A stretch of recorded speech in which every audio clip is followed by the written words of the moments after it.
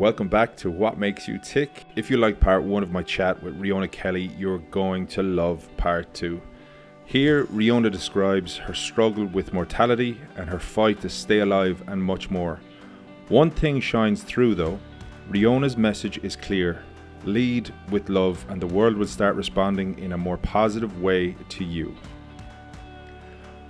What I learned from our chat was no matter how hard life gets or how deep into the rabbit hole of sadness you go, there is always someone who wants you to fight. There's always more to share with people in this world, and there is always hope for a better tomorrow.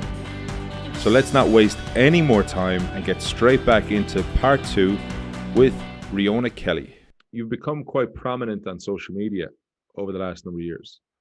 I know. Yeah, so like you showcase quite a lot of your life through social media, and I think there's I think when you put something out there online, and I've noticed it myself, is like if your intent is right and you're putting something out there online, it's brilliant. But sometimes people get lost in the kind of foray of what people say and what people choose to kind of comment on and all that type of thing, right? So you kind of you're exposing yourself in a way to showcasing your life to everybody, to the masses. What was the thinking behind that, or did it just become something that started to build a bit of momentum, and then all of a sudden, then it's become kind of part of your everyday? So how it started off was Keith would document a few things and I would document a few things. And it never really, I didn't do it for traction. I did it to let people who care about me that I'm not involved with all the time know that I'm okay. And I did it to boost other people and to raise awareness and to show that your disability doesn't have to define you. It certainly doesn't define me. You define you. And I wanted that to be a massive message. But it was Keith. I was quite insecure about myself at one point, and I didn't understand why he wanted to be with somebody like me, why he would want to love someone like me. And he stood me up and he made me look at myself in the mirror. And he said, "Sweetheart, my greatest gift that I could ever give to you is that one day you will see yourself through my eyes and you will see how amazing you are and how many people you can help by telling your story." So he said, "If you're not going to tell it, I'm going to tell it because it needs to be told. You are fabulous and you have got such a good heart and you've got this capacity to help and love people and not judge people. It's ridiculous how you do it. It's such a gift and a gift of healing people. You know, people come to you and they talk to you and they go away different. They're healed. They're not suffering from anxiety or depression or PTSD. It's gone. They're back in control. And more people need to know about it. You want to help people, let me put you out there on a massive scale and you help as many people as you want." So that's how it went. And obviously the lockdown going on and people needed a positive focus. People needed something to look to. And he put me on TikTok. And 4 million views later, I was like, oh my God, I was blown away. Now, if anyone looks at my social media, I am not as present and as active as what Keith is. He's used to that world. He's been in the limelight. He's used to it. For me, it can get a bit overwhelming sometimes, but I don't mean by the comments, because I'd say 99.9% of people are amazing and they really get the story and it touches people so many different ways, not just with my disability. Some people are in a relationship that's not right and they realize a realization comes in, or they learn something new about themselves, or it gives them hope to do something else. Or they might be a single parent and struggling and realize, oh, she was a single parent at one point and she was paralyzed and she could do it and she didn't moan about it. She just cracked on with it. So, and for we do get haters, but for me, haters are not really haters. They're people who are living in conflict, people who are struggling, and they will see my video and it triggers them. And they need to, and you know, when people say, oh, they're hating, no, they're letting it out. They're crying out for help. That's what haters are doing. Yeah, And I've never seen a hater. Yeah, Never. there's a saying, misery looks for company, and Sometimes when people are feeling really bad in themselves, that they express other people's flaws so that they can feel normal in some way, or they can nearly Oh, clasp onto I, that. I only want to be me. I don't want to be like anyone else. I want to be like me. And when people come to me, I say, you need to put yourself first. And that's not selfish to put yourself first, because when you are the best version of yourself that you can be, you're the best mother, you are the best friend, you're the best partner, you are the best lover, you are the best daughter, you're the best sister, you're the best of everything, you know, when you put yourself first. Because if you do not put yourself first and you live to serve others and don't serve yourself, that's when you fall into the trap of allowing someone to control your life, of allowing someone's thought process to become your thought process. And you get lost along the way. And it's okay to get lost, because the joy, when I have people come to me so broken, and I mean, some of the stuff that people have been through, most people would cry. And to me, it's just a moment in time. Yes, it was bad. Yes, you went through it and you're still going through it now. But that's your choice. Your choice is to still hold on to it so tightly and so fiercely that it encompasses everything in your life. And I did that for a long time. I did it when I first found out I was paralyzed, trying to bite the bullet and realize that I was going to have to give up my career, that I was nearly losing my home. I had to go to food banks because I had no money to support myself and my children. Then my therapy was costing money. I had to stop that because it was what was more important, feeding my children and putting clothes on their backs and keeping a roof over their head, or my therapy to learn how to walk in. I sacrificed my dream of walking again because my kids needed me to do that. But I knew that within that sacrifice, it would be paid tenfold. Somebody would come into my life to help, and Keith did. But I wasn't going to stop. I was still, just because I couldn't afford therapy, I was still going to go on YouTube videos. I was going to read as many books as I can to understand my situation better and learn things that I can do on my own to try and advance my rehabilitation. It didn't Incredible. stop me. Incredible. And what advice would you give to somebody who maybe at that first stage now, who's at that worried about, afraid to talk or afraid to take a next step, or what would you say to anybody who's listening now who's maybe found themselves in similar situations that you've mentioned? Don't give up on yourself. You can give up on anything else in your life, but do not give up on yourself. Because when you give up on yourself, game over. Game over. Look at yourself in the mirror. Take a big, long, hard look, and then smile at the person staring back at you and support that person staring back at you, and make a promise to that person staring back at you that you're not going to give up on them, that you're never going to give up on them. You're going to fight tooth and nail for them to have a good life. Just like you would for a friend, just like you would for your kids. You're going to fight for yourself in every facet that you can possibly think of.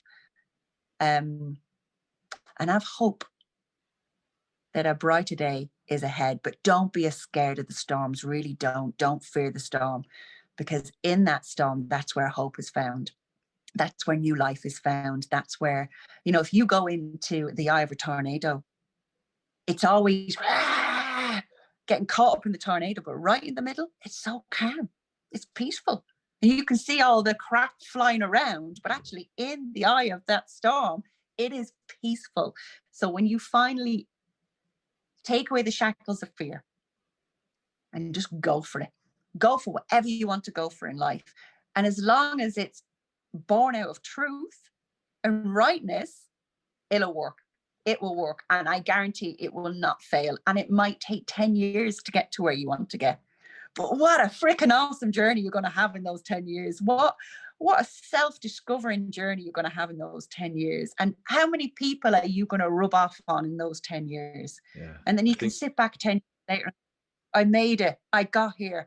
But then when you make it, there's always something else you want to do. More, it never yeah. stops. And I think to that, I think that's incredible advice. And I also think that like you've showcased the storms online. Like you showcased you in your vulnerable stages where you've hit walls and where you found it really, really tricky to carry on and really, really tough to make sense of things. And I think testament to you to be, first of all, able to share that with people, and to show that, listen, it's not all a bed of roses. Yes, I've created this beautiful family and this beautiful home, but it's not always a bed of roses. You fought.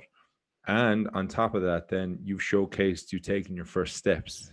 Like this, this is the thing, is you've showcased the positives and the negatives, or not so much the negatives, but the challenges and the tough times and the storms, as you say. Um, what was it like to, number one, I suppose, in that moment when you felt that things were really, really tough and that it was hard to move forward? What was it like then, and how did you change your frequency to move forward? Prayed Okay. about it. And some people might not believe in God, but you can't say you don't believe in the universal energy, because it's scientifically proven. So even people who don't believe in God, the energy in the universe is all made up from positive energy. And it's a question that you ask the universe. The universe, to me, that energy is God to me. And it's about the question, and are you asking the right question? And don't expect the universe to deliver what you want it to deliver, because it's not going to deliver. It's going to deliver what you need, not what you want. I needed my life to change, didn't want to become disabled, but it's what needed to happen in the great scheme of things for my life to change for the better. And I know it has already been prophesied that the Lord will fully heal me one day, but not until the work and the message that I need to send out there that I've done. And that's why I share the journey, and I share the realness of the journey. Because if I just put up that, oh, it's brand, I've got makeup on and I've done I hate that. And I know hate is a very strong word, but I really dislike when you see people, they have filtered the hell out of themselves. They don't even look like that in reality. And people look up to me a lot. I have a lot of children that, especially females, young girls, young teenagers, that follow me. If I just showcase myself to look like I have this perfect lifestyle, or I showcase myself to disabled people to have this perfect lifestyle, when they're struggling, they're going to think, well, they're going to feel bad about themselves because I can't. Well, she can do it, but I can't. So they need to see that I have my bad days as well. And I have some really, really, really struggle days. But struggle days are just character building days. Agree. You know, it's turn it when you are finding you're hitting a stumbling block, you're hitting it for a reason. You know, when I'm not making any more progress, it's because I need to rest. I need to let my body recoup before I go again. Yeah. And sometimes, like, I've stayed most of January, I've been in bed. Apart from dealing with Keith and going to his appointments with him, or going to my appointments because I decided to nearly sever my finger off. Which Keith tells me to stop having accidents because he's going to look 50 before he's 40. And I just think that's a fact. Honestly, I could have an accident that I knew was going to happen, and I still would have it, even preventing it. I still have it. But I just think when the going gets tough, it builds character. Yeah. And if people can turn and flip it and find a positive in everything, there is a positive in absolutely every single act on the planet, whether you believe it or not. You know, my children, their biological father is not around anymore. And Keith helped me fight through the courts, and the children's voices were heard. And I do not believe in severing children from mothers or fathers unless it is because that person poses a threat or that person is a danger. So it just can't happen. But then we found a note that my daughter, Isabella, who is 13 now, she wrote, we found it when she was 10, she was 10. And it was a prayer that she'd written down to the Lord at 6, asking the Lord to bring a man into her mummy's life who would love her. Now, her biological dad was still around at this point, who would love her and care for her the way that she loves her mum, and that she would want to care for her mummy. And I wasn't paralyzed at this point. And then she asked the Lord to bring her a daddy, a man who would love her and care for her and make her safe. And that was a very powerful, I read it and I burst into tears. Keith read it and burst into tears. And she looked at him and she says, the Lord answered my prayer because he brought me you. And I was like, oh my gosh, you know. And so any bad feelings that she felt to not having a daddy or whatever she'd gone through with her own biological birth father, had gone. Any fear, any pain had gone. And he came into her life and he saw a little girl who was broken and he just loved her. And through that love, it healed her and mended her. And she is so proud. Like, I firmly believe that a boy's first love should be his mammy and a girl's first love should be her daddy. And the precedent of the person that you are sets the tone for the kind of person they're going to meet when they get older. So, and I always have this thing with any of my clients that they talk about their kids and they talk about whatever. And especially to men, I say, close your eyes. And they just look at me like I'm stupid. I said, I just want you to do something. Close your eyes and imagine your daughter stood with a man like you. And when they smile, you know that they're proud of the man that they are. And when they open their eyes and go, the shock horror, right? If you're not good enough, if the man that comes into your daughter's life is like you and he's no way good enough, then you need to change. Mm. You need to be that man that she's going to meet 20 years from now. Mm-hmm. And if you can't be that man, then you need to step down and let another man come into her life and show her what it is to love a daughter and what it is to be a man and be accountable. Because, and it's same for a woman. So my little girl now, she's 13. Her first love is definitely Keith. And honestly, you see them together, they look like father and daughter. She's the image. She's morphed into him, completely and utterly morphed into him.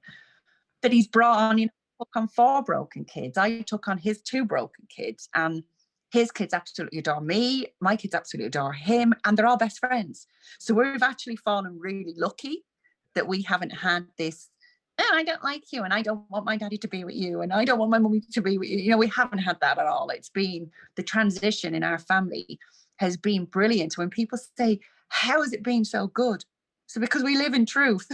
Yeah, well, that's how it is. I think it goes back to that, is that like you can't fake happiness, you know, and happiness comes from honesty and it comes from truth, right? To just chat to you about was you walking and dancing and taking your first steps and stairs and all these different incredible accomplishments that you've done.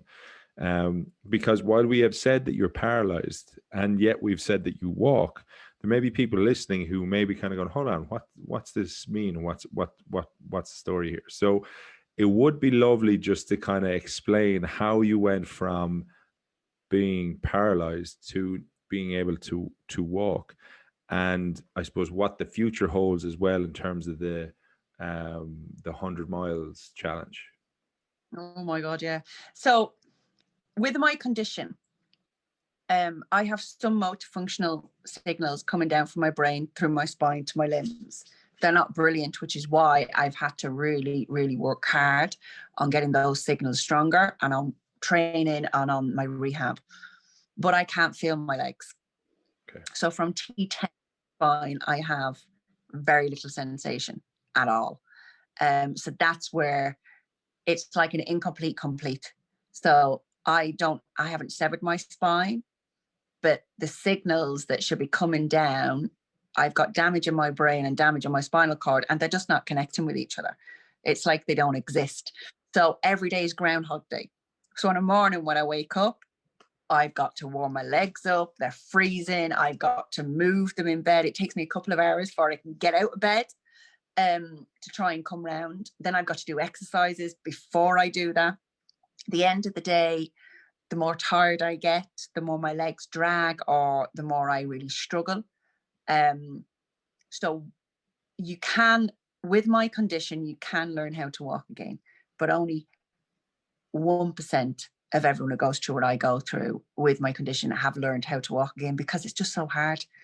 It is so time consuming. It is like me walking from one end of my bedroom to another is the equivalent to you running a marathon. My God. So when I'm So when I'm up and people, that's when people don't understand that, oh yeah, she's walked, brilliant. I've just run a marathon. And you'd be knackered, and the amount of energy that your body burns from that marathon. And that's me. So when Keith has me on my videos, sometimes I think the most I've done is like 4 times, you know, they're back, they're back. I've just run 4 marathons. That's how difficult it is. And people don't understand, because you're walking on legs where you're not getting any reception back. You don't actually know. So when I walk, I look at the floor so I know where my feet are going. But I've got foot drop in both feet. So, but I have a new machine coming. I have a new machine coming called the Kego. And it's like an exoskeleton, but you have to be able to have mobility for it to work. If you can't move whatsoever, it's not going to work on you. So they've contacted me, and this is the machine I wanted, because I know I've got my independence back. I will be walking. I'll be walking everywhere. I won't leave my wheelchair once I've got this machine on, because it does part of it for me, but I've got to do the rest. So it's really good for my rehab, but it's like $35,000. And they thought, there's no way I can afford that. No way at all. And this is the power of your social media presence. Because the more our social media have grown, the more traction we've got. Companies have come in where equipment that I would desperately need, that I could never afford, have said, we'd like to bless you with this equipment. Amazing. So I get my new legs in February, so I can't wait. Fingers crossed, COVID permitted, and then it's a game changer, because I might be able to do a lot of the 10-10 challenge. It's actually 104 miles over 10 days. So it's 10 miles every day for 10 days. And then the last one will be 14 miles, because we want to do 4 marathons over 10 days to raise awareness, and also to set up our own foundation and raise vital funds needed for other people who are in the position I'm in, and financially in the position I'm in, where they desperately need proper rehabilitation, they desperately need proper equipment, they desperately need adaptations done to their home, and the waiting list they're on is just ridiculous. I waited 6 months to nearly a year, I think it was about 9 months, to get a ramp fitted so that I could get out of my house. I was housebound. I waited 3 years for a stair lift. So I was going up and down on my bum, and I was damaging my spine even more, because I was knocking my lower vertebrae. And then I would just be bedbound. I'd be upstairs because I couldn't get downstairs. And I learned how to walk up and downstairs again on my own. But the first time, when people say, oh, you can walk upstairs, let me put it in context. It takes me half an hour to walk up a flight of stairs. If I was to try and do it, I couldn't try and do it on my own at the moment after my second stroke. It'd be too dangerous. I walked a mile. Well, I didn't. It was up a mountain. And it took my kids 5 minutes to get up there. They just ran up it. It took me nearly an hour to get up it. Yeah. I saw the video. I saw it. It was incredible. But just on the... It was 1 hour. And sorry, just on the second stroke, that happened just before Christmas, wasn't it? Yeah, it was 2 days before. No, it was 2 days before New Year's of 2018. Yeah. Yeah, 2008, 19, 20, 2018. And Keith was with me when I had my second stroke. My friend was with me, Diane. My eldest daughter was called into the room, and Keith knew exactly when he saw me, thought, oh, something's majorly wrong. And my friend looked at him and said, I think she's having a stroke. And all the right side of my face just looked like a wax melt. It just my eye was down here. Okay. It was awful. I don't remember much. I remember being scared, thinking I'm either going to die or I'm going to be left worse than what I was the first time round. And my daughter, remember, I was in and out of consciousness. I remember little bits. I remember my daughter telling me Keith was on the floor, on his hands and knees on the floor at the side of the bed, cradling you and just pleading with the Lord not to take you. You know, he was in bits. And but he was brilliant, because the first time round, everyone had left me. So I wasn't only trying to deal with the fact that I was paralyzed and the fact that I'd had a stroke, I was trying to also deal with the fact that everyone had left, and how to emotionally go through that. But this time round, I told Keith to leave me. I told him to go. I said, you deserve better. You didn't sign up for this. You deserve better than this. I was a mess. I couldn't do anything for myself. I could use my left arm. That was it. I wasn't allowed to eat or drink because they didn't know how it affected. They had to do tests on my esophagus to see if I could actually swallow. And I couldn't do anything for myself. And I just thought, I'm so embarrassed because I can't go to the toilet. I can't wash myself, can't brush my teeth, can't feed myself. He had to do everything for me. Mm-hmm. And he just looked at me, where am I going? Yeah, good on him. What's it mean I didn't sign up for this? I signed up to be with you, whatever comes with being with you. You know, I'm not going anywhere. And the kids were so calm. They were afraid, but he took that fear from them. Every morning he took them all to school. And then he would come to the hospital. And a lot of the times I'd be asleep. Because when your body's going through any trauma, it just wants to shut down and relax and sleep and heal.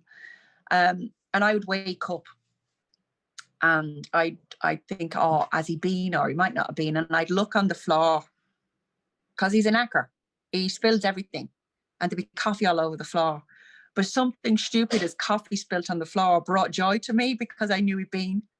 And the nurses said, he's been, don't worry. He sat there for an hour and a half. He read his book, but you were sleeping. And he always pulled the curtains round so no one would disturb me. And he'd leave a little crack open so he could see you for if you woke up. And he said, don't worry. He's gone to train, but he's coming back. And then he'd come back and he'd do my rehab with me, with the professionals. Then he'd do rehab with me on my own. Then he'd go pick the kids up from school. He'd bring them all to the hospital to come and see me. Then he'd take them home, sort them out, give them their dinner. Then he'd come back to the hospital to get me ready for bed and sort me out. He was brilliant. Yeah. And I went in and his birthday actually, so he turned up on the 20th of January, so it's his birthday tomorrow. And he turned up on the 20th of January and he said to me, what are you doing? I'm coming home. I said, what do you mean you're coming home? You're not meant to be coming home for ages yet. I said, I discharged myself. I'm going home. I said, I'm getting poorly in here. I've got vomiting and diarrhea book now. I'm going home. And that was on his birthday. And he'd arrived with a present for me and a big bunch of flowers for me on his birthday. And I'd pack my bags and got home. You're like, happy birthday, I'm coming home.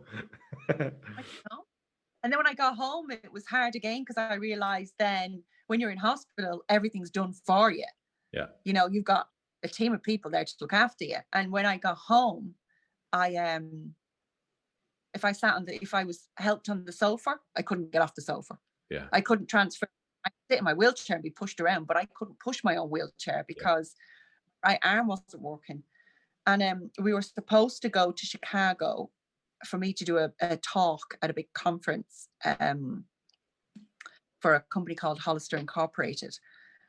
And he said, what do you want to do? Do you want to cancel? Do you want to go? And I said, no, we'll go. We'll go. And I ended up Valentine's Day, being in Chicago, doing a talk to 500 people in the room, 2,000 people watching on video link. And what a boost. I had grown men crying from the stuff that I was telling them in the room, and people who could make a connection with what I was saying. And I think the thing that touched most people was my son, who's 14. He was only 8 at the time when I had my first stroke. And he was my Jiminy Cricket at that time. And he said to me, I was critically ill and I wanted to give up. I wanted to die at that moment in time. I didn't want to live anymore. My mother tried to strangle me and kill me whilst I was fighting for my life. It was bad. When I say it was bad, it was bad. If someone could have pressed, I couldn't have pressed the button myself, but if someone could have pressed a button for me to end my life, I'd have done it. And that's how I felt. That's how low I got. And my son came round to me and whispered in my ear and he said, Mummy, I don't care if you spend the rest of your life lying in that bed. Mummy, please don't die. Please don't leave me. And that's when I realized that my pain was greater than my pain. It was their pain. And they had nobody to fight for them. Me. And that's when, as those Irish people say, that's when I got my paddy up. That's when I gave myself a really good kick and thought, no, you've got these babbies to support. You've got these babbies to support. You need to support them. You need to be there for them. Yeah. You got to fight. You got to fight, girl, like you've never fought before in your life. Because you know what, your granny's up there, and she's going to kick your ass if you go up there too early. She'll be sending you back down. So yeah, she left the warrior. She needs you to fill that role. Like that's, for me, it just shows that, listen, there are moments of rock bottom, but you can get through it. And I suppose is in store for you now, looking ahead to the future. We're just after starting 2021. That's my goal. My goal is to run a marathon, for my life and what I've been through, to positively impact as many people as I possibly can, help as many people as I possibly can, and show as many people as I possibly can that there is a better way in life. And you can be your own shining light. You don't have to, no one needs to light your flame up. You're very capable of lighting up yourself. And when you do that, amazing things start to happen, and people start to come into your life that you never, and things start to come into your life that you never thought was possible. People are so hell-bent on focusing their life on inanimate objects that come and go. Real people, as we've learned through COVID, can come and go very, very quickly. Everything can change very, very quickly. And it's about focusing on what's right in your life and what's right for you. You can spread that and help other people. And if in your life, that's what we're supposed to do. We're supposed to be on this planet to share. You know, we have all these great philosophers and alchemists who have shared great works. What makes us any different to them? The only thing that makes us any different to them is the inability to share our journey. That's it. Yeah. They documented their journey. They documented what they learned. Yeah. We're supposed to keep on learning and developing and evolving as a species. Do you know, people who are still stuck in the past of 50 years ago aren't evolved. No. You know, it's about evolving and becoming better and leaving this world a better place than where you found it.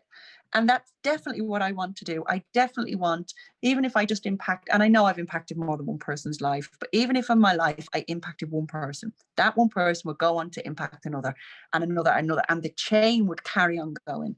I want people to, when I do eventually pop my clogs and leave this world, I want people to remember that, or I want people to say to my kids or my grandkids, your granny helped me and she didn't even know it.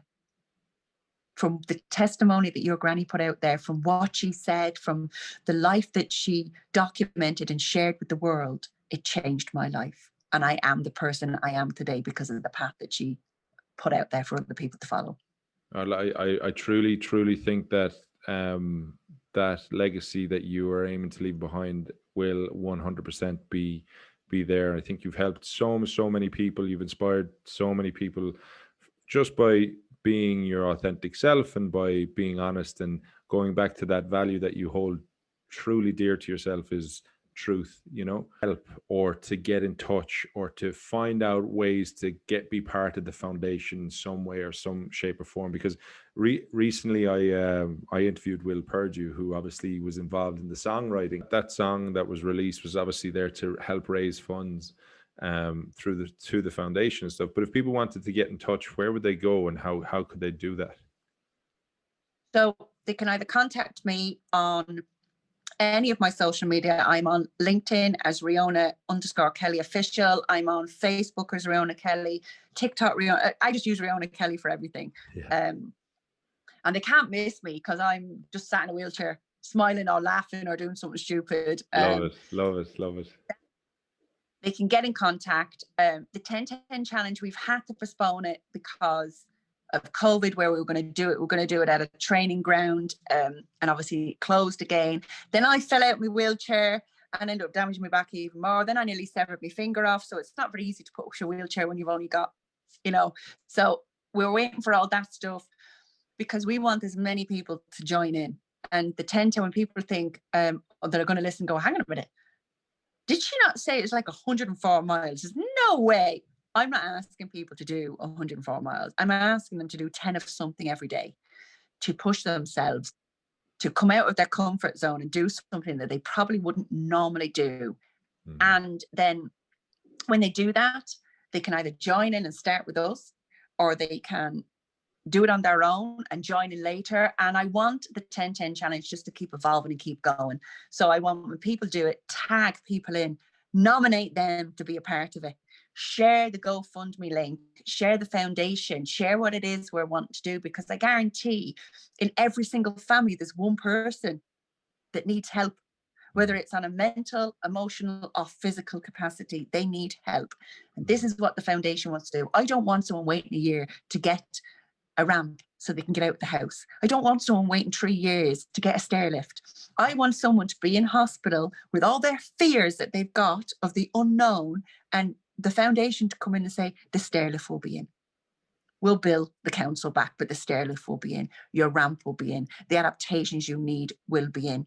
You know, I want someone who goes, I desperately need therapy, but they've stopped it. They won't do any more. They said, I'm a lost case. I don't want someone. Medical people tell people you're a lost cause. We can't help you anymore. Pardon my French, that's bollocks. Because all you're telling someone is, sorry, but just get used to the way you are. Because that doesn't help them mentally.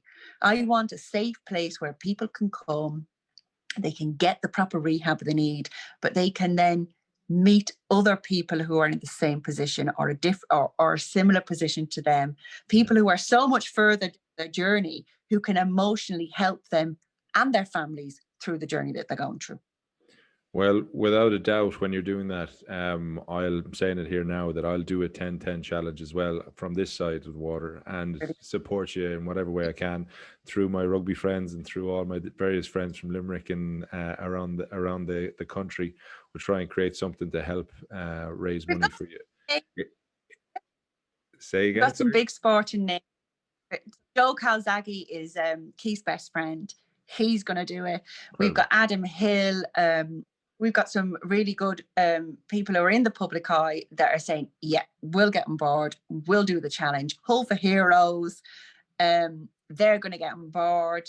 There's so many people that are going to get on board and do the challenge. And the bigger noise we can, the more people we can help, because we'll raise more money. Incredible. Well, listen, you've 100% support from me and my amazing team and What Makes You Tick, all of one.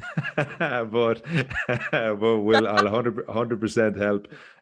One final question for you, Riona, and I ask this to everybody, and it's a kind of question I think from our discussion, probably know what the potential answer is, but I'd love to hear from yourself anyway, is that you have a piece of paper and you have to write one message on it, and that piece of paper is going to be left behind. It's going to be a piece of paper that's from you to the rest of the world, and it's one message. What would it be? I spent my life leading with love. Put your best foot forward. I don't care which foot you put forward, but lead with love in everything you do, and the world is a better place for it. Incredible. Well, I think that is a stunning way to end the podcast. Riona Kelly, thank you so much for joining me. It has been a pleasure. And I'll put all the information into the show notes. And as I said, you have a friend from me now. If anything I can do to help, 100% would love to be just there to help. And I'll be watching on your journey to support you guys as you go forward. But wishing you a really, really happy and love-filled 2021 and the rest of the whatever the future entails. Thank you very much. Thank you. And thank you for having me on. Thank you. My pleasure. Paralysis, loneliness, heartbreak, depression. These are all words that could be used to describe a part of Riona Kelly's life. But equally, words like hope, happiness, love, family, mother, inspiration, determination, real, honest. Those words paint a picture of a woman she is today. Listening to this, you might find that you're having a tough day, and that's okay. We all have tough days. There's people like Riona who are brave enough to share their ups and downs with the world, normalizing the hard times, and in doing so, providing hope that tomorrow will be better. Whatever type of day you're having, folks, remember tomorrow the sun rises once again, and you will too. You've got this. To find out more about Riona, visit @Riona Kelly Official on Instagram, Twitter, and LinkedIn. Stay up to date on all future episodes by hitting the subscribe option, or if you want to find out more, visit whatmakesyoutick.net.